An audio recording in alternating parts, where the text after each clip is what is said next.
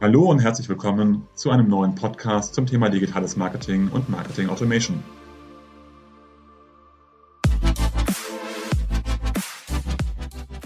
Mein Name ist Jörg Reinhardt, promovierter Physiker, dreifacher Familienvater und Gründer der Syntellic Consulting Group, einer führenden Unternehmensberatung rund um digitales Marketing und digitales Kundenmanagement.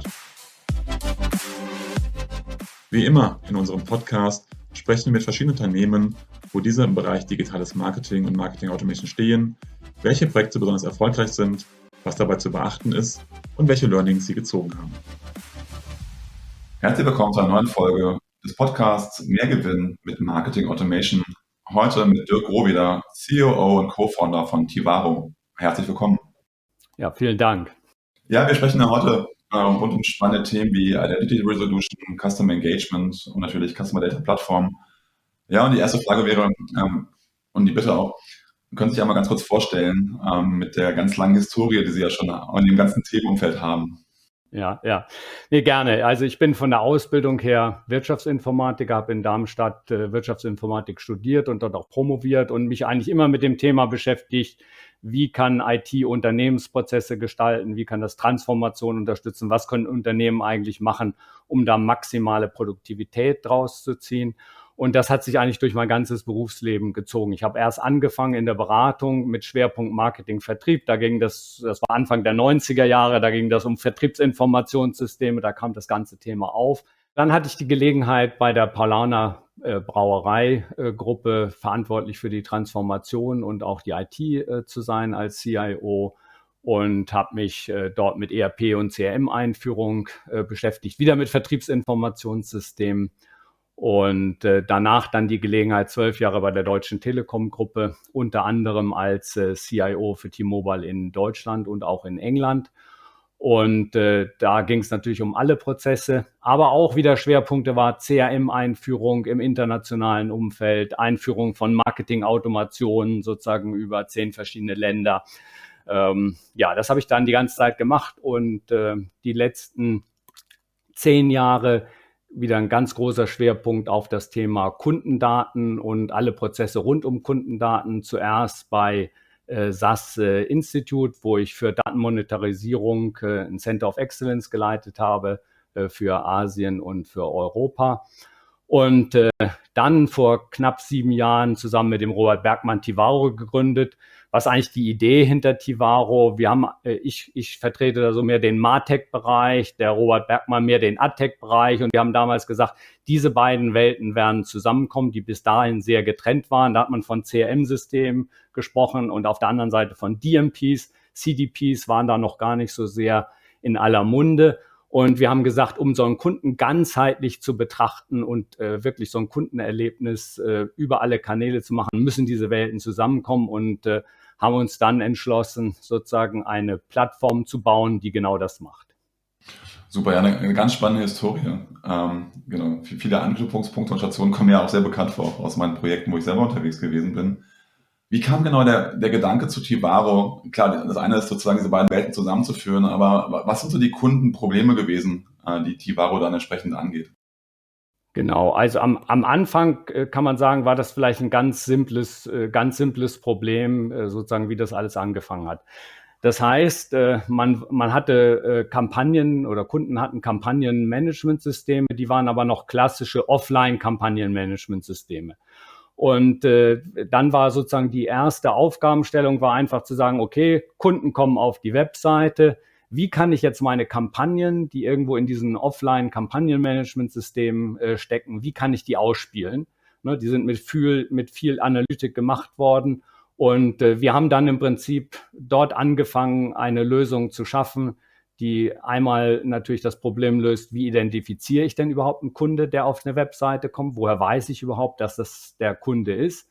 Und das Zweite, dann diese Offline-Daten einfach verfügbar zu machen. So, das heißt, wenn wir den Kunden sehen, dann auch zu sagen, so, das ist jetzt ein Angebot, was für den Kunden auch da ist und das dann auszuspielen. Und das konnten die meisten Kampagnenmanagementsysteme zu dem Zeitpunkt noch nicht, weil natürlich plötzlich ganz andere Anforderungen da sind. Das muss ja alles im Millisekundenbereich funktionieren. Man darf die Customer Journey darf da nicht verlängert werden. Ist ja bei den Webseiten sehr wichtig, dass das alles schnell geht, die Ladezeiten nicht größer werden. Und deswegen sind das, sagen wir, sehr hohe Performance-Anforderungen, die dahinter stecken. Und so hat das quasi begonnen. Genau. Das heißt, auf der einen Seite war es wirklich das Thema, den Kunden zu identifizieren. Das heißt, wenn er wiederkommt, wenn er über verschiedene Geräte kommt, quasi immer zu wissen, dass es der gleiche Kunde letztendlich ist. Und das andere war das, was Kampagnenmanagement-Lösungen eben nicht machen, nämlich Informationen hoch verfügbar zur Verfügung zu stellen, einfach sozusagen zu speichern und wenn der Kunde dann online unterwegs ist, dann die entsprechenden Informationen und Advertisings an den Kunden auszusteuern. Genau so ist es. Und ich sage jetzt mal, diese Grundproblematik, die gibt's heute noch. Natürlich jetzt sind inzwischen viel mehr Kanäle dazu gekommen, auch noch viel mehr Use Cases. Aber vom Prinzip her sind das ähnliche Aufgabenstellungen. Ne? Wenn man sich das anguckt, wenn ich sage, diese beiden Welten zusammenbringen, was heißt das für Identifikation? Ich habe ja auf der einen Seite die Device Identifier und dann habe ich die Personen-Identifier. Und die müssen wir irgendwo zum Identitätsgraphen zusammenbringen, um jemand in digitalen Kanälen zu erkennen. Dasselbe im Consent-Management. Ja, ich darf ja nur Sachen machen, sozusagen, wenn ich auch die entsprechenden Einwilligungen dafür habe. Da habe ich typischerweise die Cookie-Einwilligungen sozusagen, die sehr device-bezogen sind. Oder man müsste eigentlich präzise sagen, device-browser-spezifisch. Und auf der anderen Seite habe ich die typischen Werbeeinwilligungen, die sozusagen gesammelt werden, die personenbezogen sind. Und auch diese Welten muss ich wieder zusammenbringen. Und dann natürlich die Daten. Ne? Auf der einen Seite habe ich die klassischen CRM-Daten plus vielleicht auch noch Transaktionsdaten oder Usage-Daten. Und auf der anderen Seite habe ich die Verhaltensdaten, sozusagen die Tracking-Daten, die in App und Web anfallen. Und jedes Mal muss ich eigentlich diese zwei Sachen wieder zusammenbringen, um sozusagen maximale Personalisierung oder Relevanz für den Kunden zu erzeugen und natürlich für das Unternehmen am Ende sozusagen dann Conversions optimieren. Jetzt ist gerade so ein spannender Begriff gefallen, der Identitätsgraph. Und wenn man im CRM-Umfeld unterwegs ist, dann gibt es ja immer dieses Thema 360 Grad Kundensicht oder Golden Customer Data Record. Jetzt haben wir den Identitätsgraph. Wie matcht das sozusagen oder was schließt an welcher Stelle quasi an aus Ihrer Sicht? Ja, also ich meine, es wird ja viel von 360 Sicht gesprochen, sozusagen, das ist aus meiner Sicht in der Praxis natürlich gar nicht erreichbar, weil ich kann, und das will man vielleicht auch gar nicht, dass jetzt ein Unternehmen wirklich alles weiß, sozusagen, was ich mal auf allen möglichen Kanälen gemacht habe. Spätestens im Paid-Media-Bereich sozusagen hört das dann irgendwo auf oder ist nur zum Teil möglich. Also das heißt, man muss sich davon verabschieden, dass man glaubt, alles kann man da zusammenbringen. Aber natürlich sozusagen kann man schon mehr zusammenbringen durch einen Identitätsgraphen. Und was heißt das jetzt? Ne? Wenn ich jetzt irgendwo als anonymer Visitor bin, dann und meinetwegen auf zwei verschiedenen Devices bin, dann weiß ich ja gar nicht, dass das dieselbe Person ist. Das heißt, ich kann also auch dieses Verhalten gar nicht zusammenbringen. Nur wenn ich diese Verbindung hinbringe, dann kann ich das im Prinzip auch wieder auf eine Identität oder ein Profil oder am Ende natürlich ein Mensch, der dahinter steht, auch zusammenzubringen. Und deswegen sagen wir im Prinzip, wenn ich jetzt wirklich Kunden- und Verhaltensdaten zusammenbringen will, dann muss ich einen möglichst umfassenden Identitätsgraphen haben. Und was dann auch noch dazu kommt, was das praktisch schwierig macht, ist, so ein Identitätsgraph ist ja nur zu einem Zeitpunkt statisch. Ja, der ändert sich ja laufend. Ne? Ich meine, bei einem ist es dynamischer. Manche Leute bleiben halt ewig an demselben Ort wohnen, andere ändern das. Ja, es werden verschiedene Devices genutzt, sozusagen. Die E-Mail-Adressen können sich ändern, die Telefonnummern können sich ändern. Das heißt also, wenn man sich das anguckt, ist das was Lebendiges, was nicht einmal statisch ist. Und das muss ich halt bei so einem Identitätsgraphen berücksichtigen, dass er sozusagen mit dieser Dynamik auch vernünftig umgehen kann. Jetzt haben Sie ja schon gesagt, es fing quasi mit dem Identitätsgraphen sozusagen an und damit letztendlich das, was normalerweise Kampagnenmanagementsysteme dann ausspielen, online verfügbar zu machen. Wie hat sich danach Tivaro entwickelt? Wir haben uns sozusagen in verschiedenen Richtungen entwickelt. Einmal sozusagen das Thema Identitätsgraph haben wir immer weiterentwickelt, also immer neue Methoden quasi dazu zugeführt. Das ist nochmal ein eigenes Thema sozusagen. Das ist sozusagen die eine Richtung. Und die zweite ist einfach weitere Use Cases dazu genommen. Ich rede immer von Use Case Gruppen. Also das erste war ja im Prinzip das Ausspielen oder Personalisierung auf eigenen Medien. Das, was dann danach dazu gekommen ist sozusagen das ganze Thema Dialogmarketing anzubinden.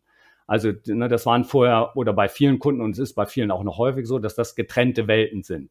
Und was wir halt gesehen haben, ist, wenn man fürs Dialogmarketing wirklich die Verhaltensdaten und die Kundendaten zusammenbringen kann, kann man wesentlich wirkungsvollere Kampagnen machen, die wesentlich relevanter sind. Ich will nur mal ein Beispiel nennen. Wenn ich mich jetzt auf einer Webseite für bestimmte Produkte oder Themen interessiere, und dann auch noch weiß, sozusagen, was für ein Kunde das ist, was der bisher gekauft hat, dann kann ich natürlich so ein, ich sag mal, Newsletter oder eine E-Mail sehr viel zielgenauer machen. Und das wirkt sich natürlich auch, das kann man an den KPIs auch sehr einfach nachlesen. Wir vergleichen dann die typischen, sag ich mal, Batch-Kampagnen mit wirklich verhaltensbasierten Trigger-Kampagnen. Und da kann man sagen, dass die klassischen Indikatoren wie Open- und Click-Rate 100 bis 150% besser sind, auch Conversions, je nachdem, wie eng man an der Conversion da ist, auch bis zu 50%. Also das hat einen unmittelbaren Hebel, weil es einfach für den Kunden oder den Prospekt sehr viel relevanter ist. Also das ist sozusagen das zweite Feld. Und das dritte ist dann ja in dem Paid-Bereich. Also da haben wir ja die klassischen, ich sage jetzt mal, Google, Facebook, nur mal als Beispiele zu nennen, die immer relevanter wird, wo immer mehr Werbevolumen ist. Was typischerweise einfach funktioniert ohne einen Identitätsgraphen, ist einfach, ich habe im Prinzip Kunden, die haben ein gewisses Verhalten, die haben sich was angeguckt und dann kann ich einfach ein verhaltensbasiertes Retargeting machen. Das sind einfache Use Cases, da braucht man keinen komplexen Identitätsgraphen dazu. Wenn ich jetzt aber im Prinzip wieder Kundendaten da zusammenbringen will, also es ist genau umgekehrt als bei Triggerkampagnen, da habe ich die Kundendaten, will die Verhaltensdaten, hier habe ich die Verhaltensdaten, aber ich habe keine Kundendaten. Und wenn ich die jetzt wieder zusammenbringe, kann ich also sehr viel wirkungsvoller sozusagen mein Paid Advertising auf Facebook und Google machen. Natürlich immer dann, wenn ich auch wirklich relevante Kundendaten auch habe. Und das können ganz einfache Use Cases sein, wie ich mache eine Neukundenakquisition, da muss ich nicht unbedingt die existierenden Kunden dafür ansprechen und kann dann einfach effizientere meine Medien einsetzen. Oder ich kann mir genau überlegen, ein Kunde, den ich gut mit eigenen Medien erreiche, warum muss ich den jetzt auch da nochmal bespielen? Das kostet ja extra Geld. Also das kann man machen. So, und das Letzte, wo wir uns jetzt sehr stark mit beschäftigen, ist das ganze Thema, ich kann ja in diesen Wallet Gardens sehr gut dieses Targeting machen, weil die über eigene Identitäten verfügen, aber im offenen Internet ist das fast gar nicht mehr möglich. Man sagt zwar immer, ja, eine First-Party-Data-Strategie löst auch, ich sage jetzt mal, das Cookie-Problem, aber das ist ja nicht wirklich so, weil ich muss ja, um im offenen Internet dieses Targeting zu machen, muss ich ja auf allen Webseiten irgendwie wissen, dass es die gleiche Person ist. Und es ist nun mal nicht so, dass jeder überall seine E-Mail-Adresse gibt, damit dann irgendwie daraus ein Universal Identifier wird, der dann überall genutzt werden kann. Und das ist nach wie vor aus meiner Sicht ein großes offenes Thema. Und ich hatte ja auch gesagt, wir beschäftigen mich mit Datenmonetarisierung und wir haben da auch schon sozusagen in der Vergangenheit verschiedene Sachen gemacht in Italien, in England, aus denen ist am Ende nie was geworden, aus verschiedenen Gründen. Aber jetzt sind wir dabei, mit den 4 großen europäischen Telekommunikationsunternehmen quasi eine Identitätslösung, oder wir haben die entwickelt und die kommt jetzt im Februar vorbehaltlich der Genehmigung durch die EU sozusagen erstmal in Deutschland, Spanien und Frankreich an den Markt. Und letztendlich wird die einen neuen pseudonymisierten Identifier liefern, der technisch gesehen darauf beruht, dass die Telekommunikationsunternehmen die IP-Adresse ja letztlich wissen, welche Person dahinter steckt und die dieses Wissen datenschutzkonform sozusagen zur Verfügung stellen, wenn der Kunde oder der User die entsprechende Einwilligung gegeben hat. Und das hat natürlich großes Potenzial, jetzt also diese Fähigkeiten auch ins offene Internet zu bringen. Und das ist so ein ganz spannendes Thema, mit dem wir uns jetzt die letzten 1,5 Jahre beschäftigt haben und was auch das Potenzial hat, sage ich jetzt mal, diesen ganzen Bereich, ich will schon sagen, zu revolutionieren. Das heißt, das wäre ein Produkt von Ihnen, von Tivaro? Ja, also also wir sind der Technikprovider da hinten. Das Produkt sozusagen können wir ja auch gar nicht sozusagen machen, weil es beruht letztlich auf dieser Fähigkeit der Netzwerkprovider oder der Telekommunikationsunternehmen, genau diese Auflösung zu machen. Also von daher wäre das nicht unser Produkt, sondern wir sind im Prinzip unsere Technologie, ne, dieser Identitätsgraph, den wir auch über viele Jahre entwickelt haben. Also diese Technologie kommt damit zum Tragen, aber am Ende wird das ein neues Unternehmen sein, was momentan gerade im Genehmigungsprozess steckt. Wo fängt denn Ihre Leistung an und wo hört sie auf? Wir haben eben über das Thema Kampagnenmanagement gesprochen oder eben Retargeting-Themen. Haben Sie auch solche Funktionalitäten oder liefern Sie quasi nur die Informationen über den Kunden, damit dann darauf Kampagnen gemacht werden können? Was man auf jeden Fall sagen kann, ist, wo wir aufhören, ist dann, wenn es um die tatsächliche Delivery geht. Also das heißt, ne, nehmen wir das Beispiel E-Mail. Also wir haben kein eigenes E-Mail-System. Die Kunden haben in der Regel auch alle E-Mail-Systeme, also da bringen wir auch keine Innovation rein in dem Sinne. Was wir machen, ist im Prinzip die Daten, den Trigger zur Verfügung zu stellen. Das heißt, wir steuern ein externes E-Mail-System an, indem wir jetzt sagen, okay, das ist natürlich vorher dann abgestimmt, dass man sagt, das ist jetzt diese Triggerkampagne und das sind die ganzen Personalisierungsattribute, die mitgeliefert werden. Und dann macht das E-Mail-System sozusagen mit den entsprechenden Modulen dann eine personalisierte E-Mail da draus. Also das ist halt das Zweite auf einer Webseite, um ein anderes Beispiel zu nennen. Da gibt es ja in der Regel Personalisierungsengines, die wir im Prinzip auch füttern wieder mit den Daten sozusagen. Aber die eigentliche Personalisierung wird dann durch diese Personalisierungsengine gemacht. Also das heißt, die eigentliche Delivery machen wir nicht. Ansonsten hängt das vom Einsatz oder der Bandbreite immer sehr ab. Das kann auch bei Kunden unterschiedlich sein. Also manchmal ist es so, dass wir nur die Identifikation und Consent liefern und dann meinetwegen selbst eine andere CDP da ist, die schon eingeführt ist, die aber nicht diese Fähigkeiten hat im Consent- und ID-Bereich, die wir haben. Und dann wird es einfach als Ergänzung genutzt, weil man einfach sagt, wenn ich doppelt so viel identifizieren kann wie bisher, dann ist da ein riesiger ökonomischer Hebel dahinter. Oder aber wir machen halt sozusagen die ganze Bandbreite, also ich sag mal vom Einlesen der Kundendaten bis hin zu Sammeln der Verhaltensdaten in App und Web, das zusammenführen, Profil bilden, sozusagen Kampagnen darauf aufsetzen und dann machen wir nur nicht die Delivery. Das wäre sozusagen tatsächlich eine Ende-zu-Ende-Funktionalität.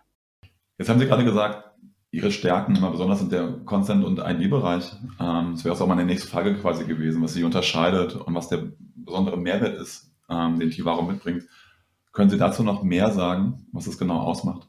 Wenn ich jetzt auf diese verschiedenen Bereiche eingehe, dann haben wir sozusagen im ID-Bereich gesehen, dass also viele Anbieter gar nicht diese Fähigkeit haben, also die kennen nur ein Profil und in dem Profil sind beispielsweise alle Device-Daten sind da einfach drin und die werden dann da einfach reingemerged in dieses Profil und bleiben da.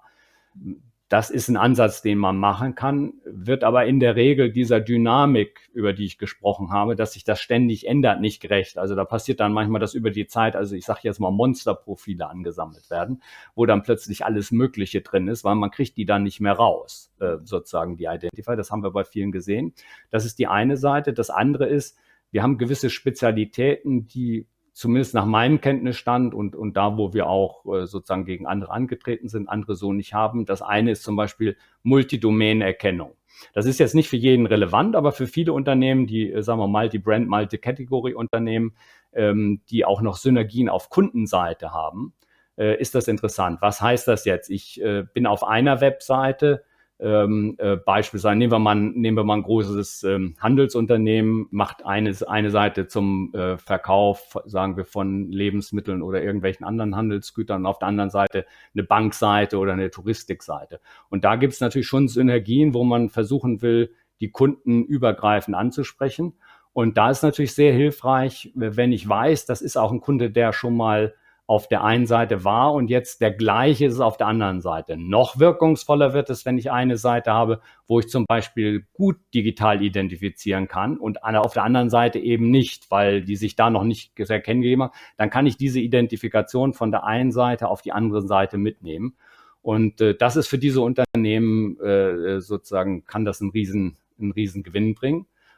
Das Zweite, was dann momentan speziell für Telekommunikationsunternehmen ist, eben, dass wir auch für den Einbrauch dieses Thema Netzwerkidentifikation integriert haben. Das ist natürlich momentan für Unternehmen außerhalb der Telekommunikationsbranche nicht relevant. Das wird dann wieder relevant mit dem Thema, was ich vorhin angesprochen habe. Wenn dieser ID-Service da ist, dann könnten auch prinzipiell andere Unternehmen im Prinzip eine Netzwerkidentität nutzen, um den eigenen ID-Graph, ich sag mal, zu stabilisieren. Also das ist jetzt im Bereich ID-Management. Im Bereich Consent-Management haben wir für Cookie Consent eine serverbasierte Lösung. Typischerweise haben sie eine device-basierte Lösung. Das heißt, die werden auch dann dezentral in Devices gemacht. Was wir eben machen, ist diese Permissions serverseitig zu halten und auch auf der Profilebene zu halten. Was heißt das jetzt konkret? Ich kann zum Beispiel eine Permission abgeben, die gilt für App und Web, die gilt für verschiedene Browser, die gilt für verschiedene Devices und die kann ich auch zentral managen als Kunde. Das hat natürlich einen gewissen Kundennutzen, dass ich weiß, sozusagen, ich habe einen Überblick und alle Permissions für dieses Unternehmen werden einheitlich gesetzt und das Unternehmen hat auch einen sehr guten Überblick letztendlich darüber, wie das dann mit dem Permission-Status aussieht. Also das sozusagen. Und dann beim letzten Thema Engagement, sage ich mal, ist es sozusagen, dass wir uns sehr auf diese Trigger-Kampagnen spezialisiert haben, verhaltensbasierte Trigger-Kampagnen. Das sind dann viele Details. Wie mache ich jetzt AB-Testing bei Trigger-Kampagnen? Wie mache ich das mit der Personalisierung? Da haben wir sicherlich viel Erfahrung. Aber was wir halt häufig sehen, dass es auch sehr wichtig ist, dass man nicht nur eine Software hinstellt, sondern am Ende dem Kunden auch hilft, sie zu nutzen. Weil wir sehen sehr häufig den Effekt, da wurde was eingekauft und dann fragen sich alle, was mache ich denn jetzt eigentlich damit? Oder es bleibt liegen und die Funktionalität wird nur zum geringen Teil auch wirklich genutzt. Und da glauben wir halt auch, jedenfalls in dem Bereich, wo wir tätig sind, dass es nicht so einfach ist, dass man jetzt einfach sagt, so, hier habt ihr was und es ist alles Self-Service und alles selbsterklärend und ich klicke mir da ein bisschen was zusammen und dann läuft das. So funktioniert das aus unserer Sicht bei Großunternehmen in der Regel nicht. Und da glauben wir, dass wir unseren Kunden eben auch helfen. Und da wir auch von der Größe, sage ich jetzt mal, überschaubar sind wir natürlich auch in der Lage, dann nicht erst nachzufragen in den USA, in der Entwicklungsabteilung, wie macht man denn dieses oder jenes und dann dauert das selbst für Großkunden manchmal Monate, bis eine Antwort zurückkommt, sondern das geht dann eben auch sehr schnell. Für welche Kunden ist denn Ihre Lösung typischerweise geeignet? Sie haben jetzt eben gesagt, Multi-Brand-Kunden haben gewisse Vorteile. Muss ich dafür ein Multi-Brand-Kunde sein und sehr groß sein oder kann ich das auch schon als Mittelstandsunternehmen sinnvoll einsetzen? Ja, also ich sag mal, Multi-Brand, Multi-Category ist die Sahnehaube. Das muss jetzt nicht unbedingt sein. Das ist halt ein Aspekt, der dort besonders relevant ist. Was ich sage ist, letztendlich muss man über einiges an Kundendaten verfügen. Also entweder man hat sie schon oder man will sie aufbauen. Ne? Es ist ja auch manchmal so, dass wenn ich sage, ich will das jetzt aufbauen, kann auch Prospecting-Daten, Lead-Daten können das auch sein. Aber letztendlich, da ich immer sage, Verhaltensdaten und Kundendaten zusammenbringen, wenn man jetzt keine hat, sage ich mal, oder nur sehr wenig, dann können wir natürlich auch nicht so viel Nutzen am Ende des Tages generieren. Also ich würde schon sagen, dass es so eine Mindestgröße auch gibt. Das heißt, ich sage mal, wenn man jetzt 1000 Kunden hat, lohnt sich unsere Lösung nicht. Also das muss man hier ganz klar sagen. Wo ist jetzt genau die Grenze? Das kann man auch nicht kann man nicht 100% sagen, weil es ja auch davon abhängt, sozusagen, wie viel Wertbeitrag ein einzelner Kunde. Ich kann ja auch vielleicht nur 100.000 Kunden haben, aber die haben einen hohen Wertbeitrag, dann kann sich das auch schon wieder lohnen. Ja, also das muss man tatsächlich gucken. Was wir typischerweise machen, ist dem Kunden zu sagen, wir machen so ein Assessment, wo man da mal guckt, was können wir mit digitaler Identifikation erreichen, wie viel mehr können wir erreichen, wie viel wird heute schon identifiziert, was ist denn der Mehrwert durch Identifikation und dann kann man einfach mal gucken, wie sehen die Daten aus und lohnt sich das Ganze dann. Wer ist so Ihr typischer Ansprechpartner? Ist es dann der CIO oder ist es sogar der CEO oder ist es der Marketingvorstand oder der Marketeer eigentlich, der sagt so, hey, wir können ja gar nichts machen, weil wir unsere Kunden gar nicht kennen? Ich habe ja gesagt, mit meinem Hintergrund als CIO habe ich ja am Anfang versucht, die Ex-CIO-Kollegen davon zu begeistern. Aber ich muss sagen, der Vertriebsansatz hat bei uns gar nicht funktioniert. Ich weiß nicht, man hört immer, aber meine Erfahrung war, dass die CIOs momentan meistens noch mit ganz anderen Themen beschäftigt sind. Und gerade wenn es in Richtung AdTech geht, hat der IT-Bereich in der Regel sehr wenig Wissen. Das muss man einfach mal so sagen. Das heißt, unsere Ansprechpartner sind im Wesentlichen im Marketing. Manchmal jetzt auch schon Chief Data Officer sozusagen in dem Bereich. Das kommt jetzt so ein bisschen mit dazu.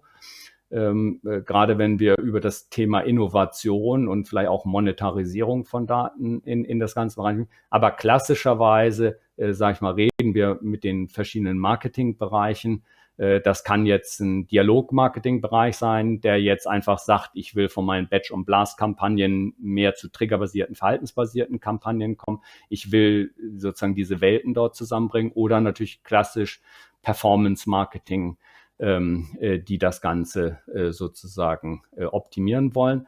Was in letzter Zeit auch stärker aufgetreten ist, natürlich ich sag mal, der MarTech-Bereich als eigener Bereich im Marketing.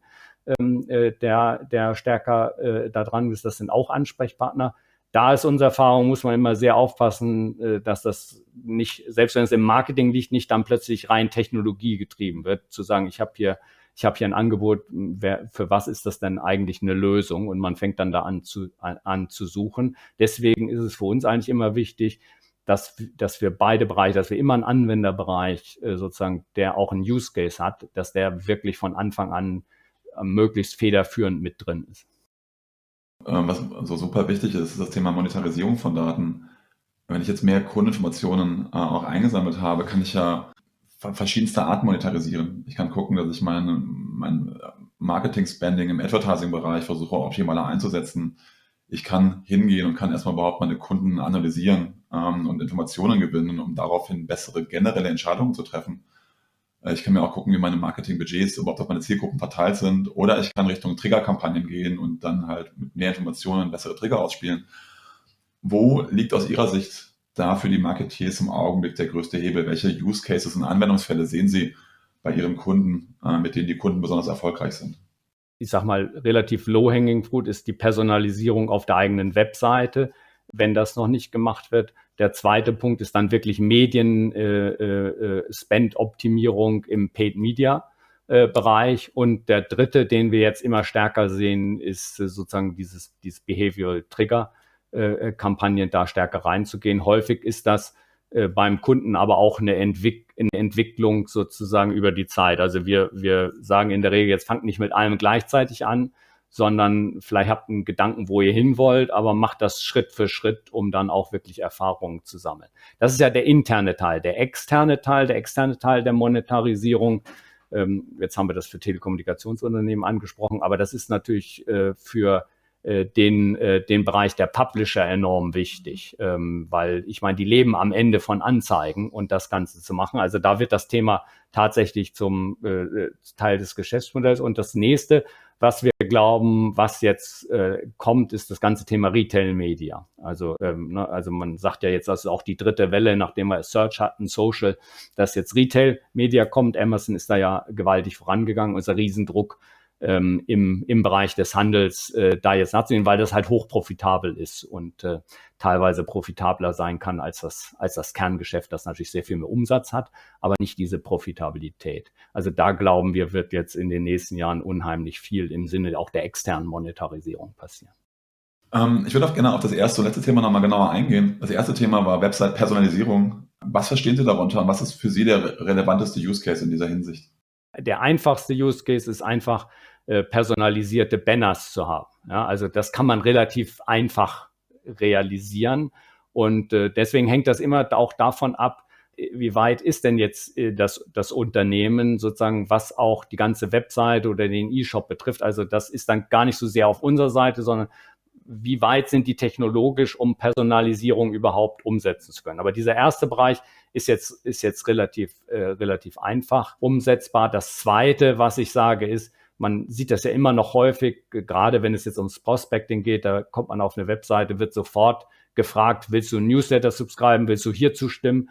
Und ich sage, ich bin doch gerade angekommen, jetzt mal langsam. Ja, ich meine, das ist ja wie in der normalen Welt. Man will doch erstmal kennenlernen, eine Beziehung aufbauen und nicht mit der Tür ins Haus fallen. Also das wird häufig auch noch völlig falsch gemacht aus meiner Sicht. Und das könnte man natürlich, wenn man jetzt wüsste, man hat ein bisschen Identitätsgraphen, man weiß sozusagen, ist das ein Returning Visitor, wie viel Zeit hat der verbracht, ist der denn überhaupt reif für so ein Angebot? Also das könnte man jetzt auch schon relativ mit überschaubaren Aufwand. Die Königsdisziplin ist dann natürlich die vollkommen personalisierte Webseite sozusagen. Also das haben wir auch in dieser ganzen Form auch bei keinem unserer Kunden jetzt schon so, dass man sagt, also das ist jetzt schon, ich komme da hin und das ist wirklich für mich eine völlig individualisierte Webseite. Da gibt es jetzt so Überlegungen und Dinge, die da hingehen. Aber das muss man aber auch gar nicht im ersten Schritt jetzt, um schon mal Erfolge zu haben, sollte man das Ziel auch nicht so riesig hängen, dass es dann auch nur schwer oder in langjährigen Dingen erreichbar ist.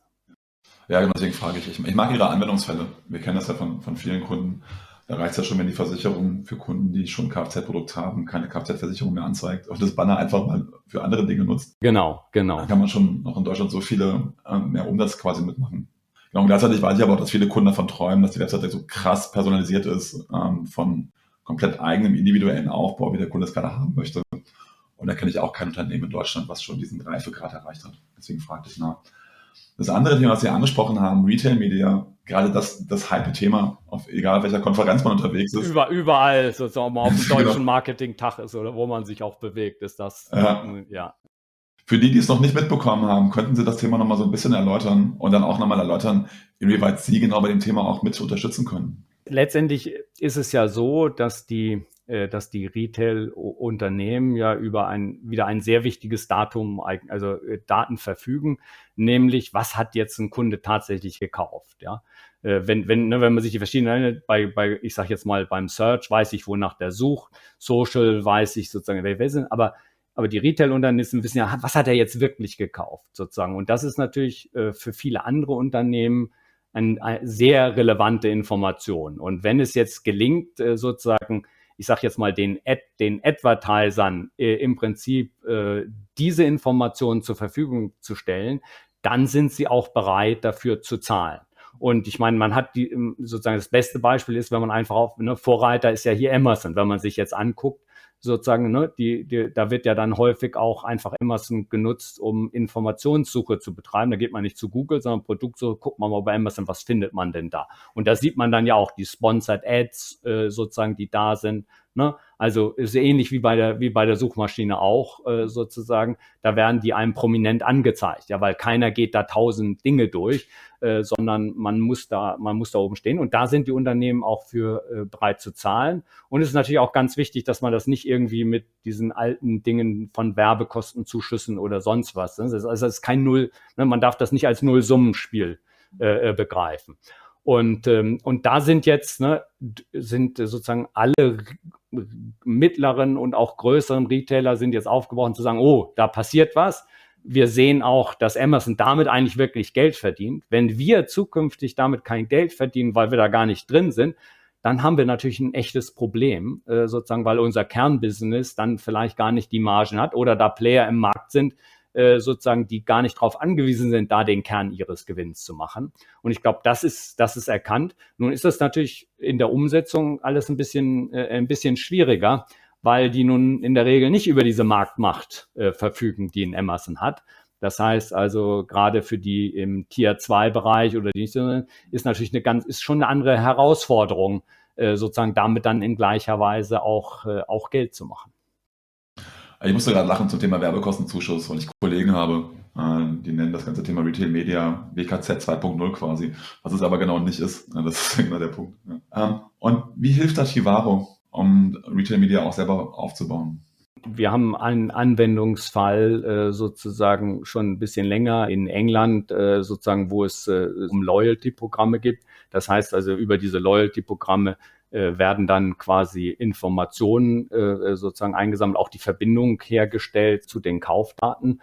Und dort werden dann entsprechend Werbeplätze zur Verfügung gestellt. Und hier kann man natürlich genau wieder diese Technologien, die wir im Einsatz haben, auch für diese Zwecke nutzen. Also ich sage jetzt mal, Identifikationen aufzubauen, die zu matchen Was natürlich dann eben auch noch wichtiger wird, beispielsweise, ne, das ist ja ein anderes Thema, was jetzt hier auch sehr in vogue ist, das Thema Data Clean Room und wie bringe ich jetzt Daten von verschiedenen zusammen. Ich sag mal, ne, die anderen Google und Facebook, die machen das ja in automatisierter Form im Sinne ihres Custom Match.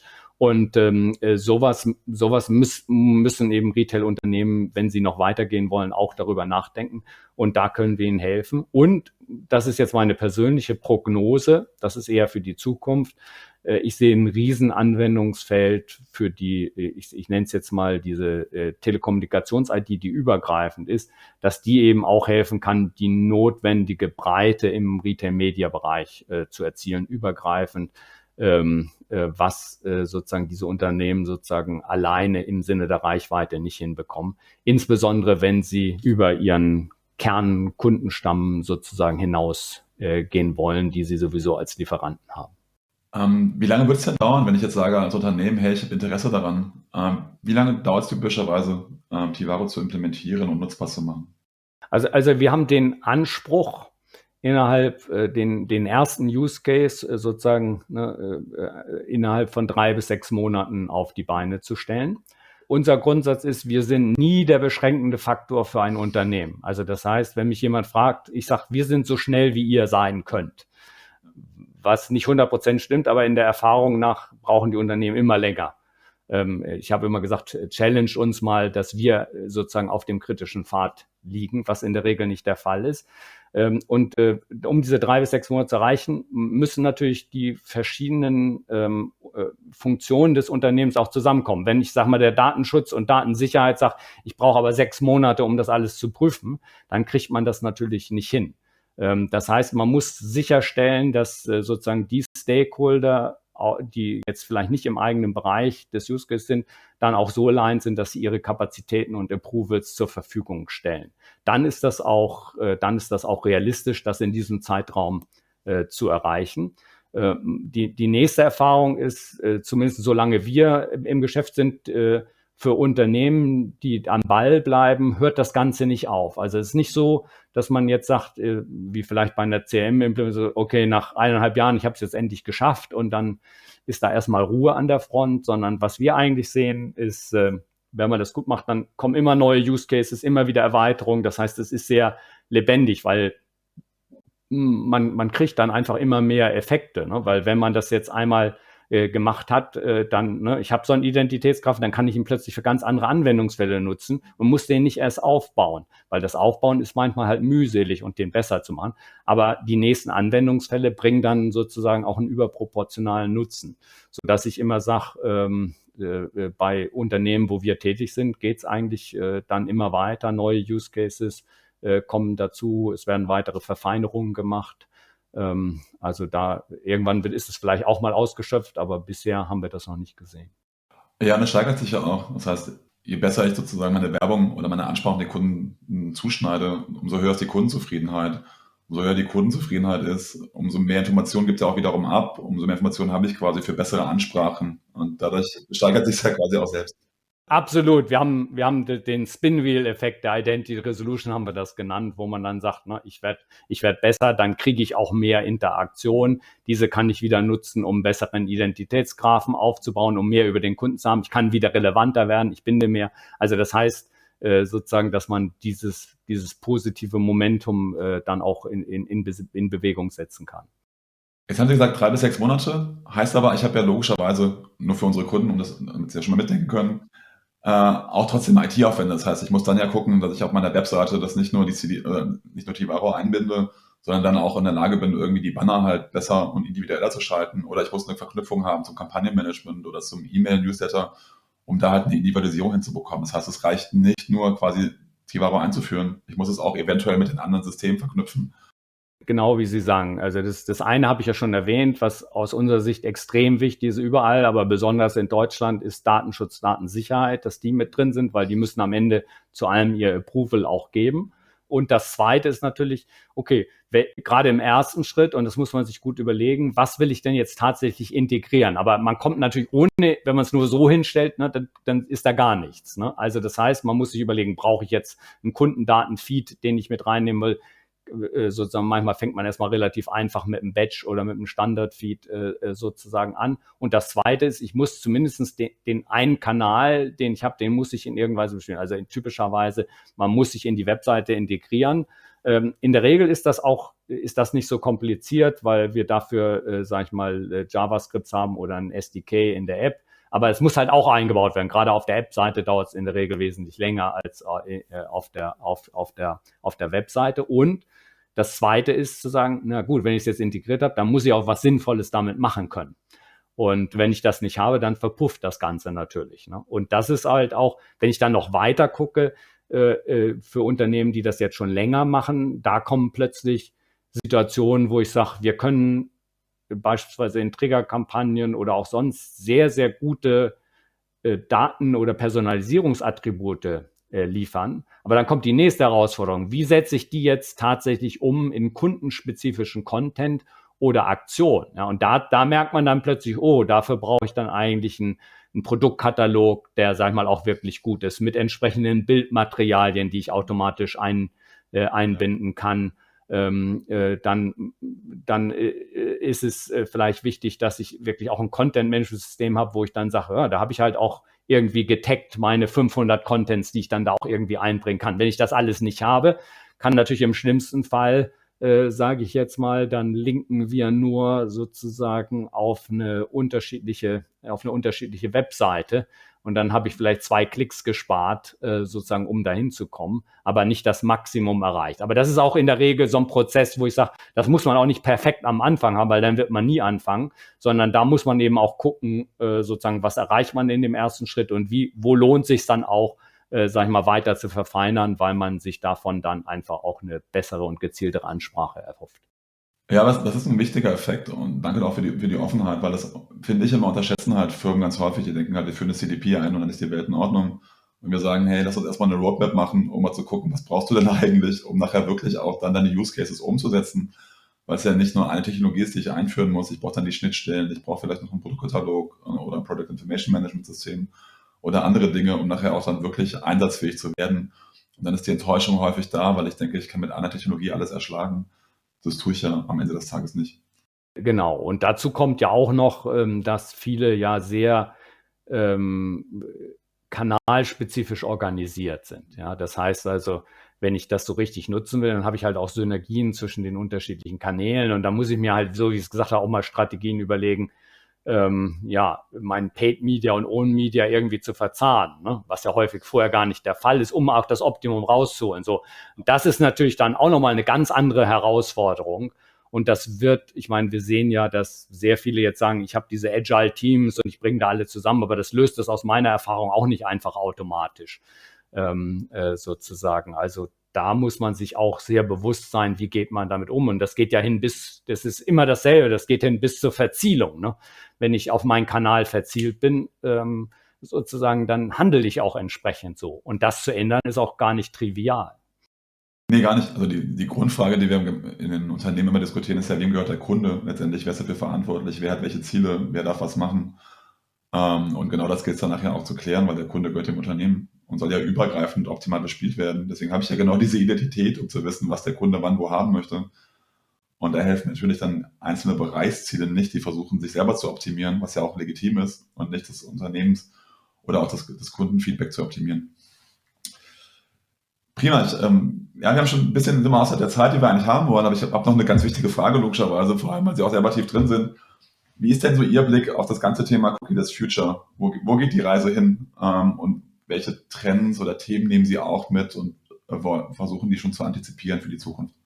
Ja, also ich sag mal, wenn ich Cookieless Future erstmal für mich interpretieren darf, dann sage ich immer, das ist eigentlich, dass wir Third-Party-Cookies nicht mehr haben. Wir gehen weiter davon aus, dass First-Party-Cookies aus verschiedenen Gründen auch weiter Bestand haben werden. Und wir müssen halt momentan berücksichtigen, dass ja Google mehrfach gesagt hat, sie wollen das eigentlich jetzt mehr oder minder beenden, das immer wieder rausgeschoben haben. Und man muss sich halt klar sein, das sind immer noch 60% Marktanteil, die Google Chrome sozusagen hat. Deswegen geht das alles sehr viel langsamer, als das vielleicht mal antizipiert worden ist. Aber es wird irgendwann kommen. Man wird das nochmal sehen. Wir sehen ja, dass Google große Schwierigkeiten hat, Alternativen, die vom Markt angenommen werden, hinzubekommen. Das ist ja auch der wesentliche Grund, warum sich das alles verzögert, weil Google sich ja vorgenommen hat, erstmal Alternativen am Markt zu platzieren. Letztendlich jetzt mit auch zum Schluss immer wieder geändert mit dem Topics API. Aber wir glauben halt, dass das wird denen nicht gelingen, am Ende des Tages, sag ich mal, eine komplette Alternative dahinzustellen. Und irgendwann müssen sie sich mal entscheiden, ob sie die nächste Verschiebung machen, weil sie immer noch hoffen, da die Lösung zu dominieren, oder dann irgendwann sagen, so, wir haben jetzt die Glaubwürdigkeit verspielt, oder irgendwann wird der Regulator sozusagen da eingreifen. Das ist halt nicht ganz einfach zu prognostizieren, was in dem Bereich passiert.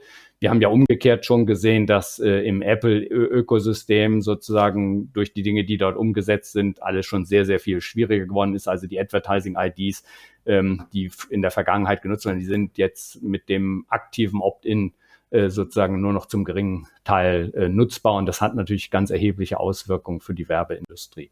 Also von daher sozusagen wird man jetzt mal sehen müssen, wie der Zeitablauf, ob der wirklich Ende des Jahres dann auch so bleibt. Wir gehen momentan davon aus, dass es sozusagen keine eindeutige Nachfolgelösung gibt, sondern dass das, was auch in der Industrie diskutiert wird, sich durchsetzt. Das heißt, auf der einen Seite First-Party-Data-Strategien sozusagen für den eigenen Bereich, vielleicht auch im umgrenzten Bereich diesen ID-Abgleich über Data Cleanroom zu nutzen. Das wird das aber nicht im großen Stil ersetzen. Wir sind relativ skeptisch, was sozusagen die Universal IDs auf E-Mail-Basis betrifft, sozusagen. Da glauben wir nicht, dass das sich auf breiter Front durchsetzen wird.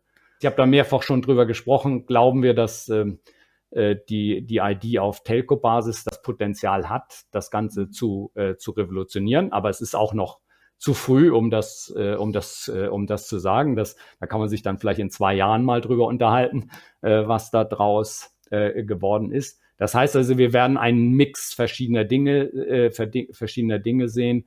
Und ich glaube aber, dass an einer übergreifenden, datenschutzkonformen ID-Lösung sich da was entwickeln wird. Weil man darf auch nicht vergessen, da steckt ja was Industriepolitisches auch letztendlich dahinter. Weil wenn man das nicht macht, dann werden die sogenannten Wallet Gardens immer mehr sozusagen Werbevolumen nehmen. Und das ist halt die Frage, ob das dann auch für die Gesellschaft am Ende das Beste ist. Weil sozusagen das führt natürlich dazu, dass unabhängige Publisher sozusagen immer weniger die Geldmittel haben, um auch freien Journalismus zu betreiben.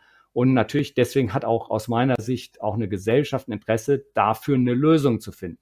Weil man muss sich vor Augen führen, wenn ich targeten kann, sozusagen, dann ist der Wert, der daraus resultiert für die Werbeindustrie, mindestens doppelt so hoch, als wenn ich das nicht kann. Ja, und das ist ein unheimlicher ökonomischer Effekt, der geht in die Hunderte von Milliarden weltweit. Und deswegen, glaube ich, wird der Druck da sein, sozusagen dafür auch eine Lösung in der einen oder anderen Form zu finden. Aber sie wird, sage ich jetzt mal, sehr, sehr viel datenschutzkonformer aussehen, weil in die Zeit, dass da irgendwie dieses Cookie-Syncing sozusagen über Hunderte von Teilnehmern und man gar nicht mehr weiß, wo das alles endet, das wird definitiv sozusagen irgendwann beendet sein.